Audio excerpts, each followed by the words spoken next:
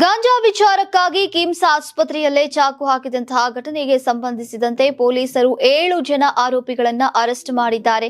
ಕಸಬಾಪೇಟೆ police ಠಾಣೆ ವ್ಯಾಪ್ತಿಯಲ್ಲಿ ಸೈಯದ್ ಹಸನ್ ನಾಯಕ್ ಮತ್ತು ಹಜರತ್ ಸಾಬ್ ಎಂಬ ವ್ಯಕ್ತಿಗಳು ಪರಸ್ಪರ ಜಗಳ ಮಾಡಿಕೊಂಡಿದ್ದರ ಬಗ್ಗೆ ಕಸಬಾಪೇಟೆ ಪೊಲೀಸ್ ಠಾಣೆಯಲ್ಲಿ ದೂರು ಪ್ರತಿದೂರು ಪ್ರಕರಣಗಳು ದಾಖಲಾಗಿದ್ದು, ಹಲ್ಲೆ ಆಗಿದ್ದಂತಹ ವ್ಯಕ್ತಿಗಳು ಕಿಮ್ಸ್ ಆಸ್ಪತ್ರೆಯಲ್ಲಿ ಚಿಕಿತ್ಸೆ ಪಡಿತಾ ಇರುವಂತಹ ವೇಳೆ ಸೈಯದ್ ಎಂಬಾತನಿಗೆ ಹಸನ್ ನಾಯಕ್ ಎಂಬಾತ ತನ್ನ ಸಹಚರರನ್ನ ಕರೆದುಕೊಂಡು ಬಂದು ಕಿಮ್ಸ್ ಆಸ್ಪತ್ರೆಯಲ್ಲೇ ಚಾಕು ಹಾಕಿ ಪರಾರಿಯಾಗಿದ್ದಾನೆ. ಈ ಘಟನೆ ಸಂಬಂಧಪಟ್ಟಂತೆ ವಿದ್ಯಾನಗರ ಪೊಲೀಸ್ ಠಾಣೆಯಲ್ಲಿ ಪ್ರಕರಣ ದಾಖಲಾಗಿದ್ದು, ಸೋನು ಪಠಾಣ್, ಅಬ್ತಾಬ್ ಪಠಾಣ್, ಹಸನ್ ನಾಯಕ್, ಅಲ್ತಾಫ್ ಧಾರವಾಡ್, ಮಲ್ಲಿಕ್ ರಿಹಾನ್ ಖಾಜಾ, ಇಬ್ರಾಹಿಂ ಆಜಾದ್ ಸೌದಾಗರ್ ಒಟ್ಟು 7 ಜನ ಆರೋಪಿಗಳನ್ನು ಬಂಧಿಸಲಾಗಿದೆ.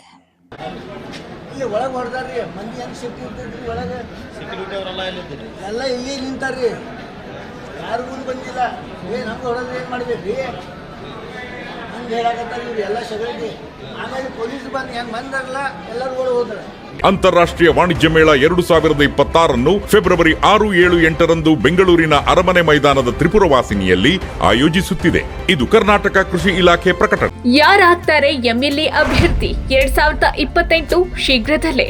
ಪ್ರತಿದಿನ ಒಂದೊಂದು ಕ್ಷೇತ್ರದ ಟಿಕೆಟ್ ಆಕಾಂಕ್ಷಿಗಳ ಸಂಪೂರ್ಣ ಮಾಹಿತಿ ಪೊಲಿಟಿಕಲ್ ಜರ್ನಲಿಸ್ಟ್ KM ಶಿವಕುಮಾರ್ ಅವರಿಂದ. ಕರ್ನಾಟಕದ ನಂಬರ್ 1 ಡಿಜಿಟಲ್ ಮೀಡಿಯಾ ನಿಮ್ಮ ನೆಚ್ಚಿನ ಕರ್ನಾಟಕ ಟಿವಿಯಲ್ಲಿ ಮಾತ್ರ. ನೀವು ಸಣ್ಣ ಆಗ್ಬೇಕಲ್ವಾ? ಅದು ಒಂದು ಉತ್ತಮ ಆಹಾರದಿಂದ ಸಣ್ಣ ಆಗ್ಬೇಕಲ್ವಾ? ಪ್ರತಿದಿನ ನಮ್ಮ ಜೀನಿ ಸ್ಲಿಮ್ ನ ಯೂಸ್ ಮಾಡಿ ಯಾವುದೇ ಸೈಡ್ ಎಫೆಕ್ಟ್ ಇಲ್ದಂಗೆ ನೀವು ಸಣ್ಣ ಆಗ್ತೀರಾ.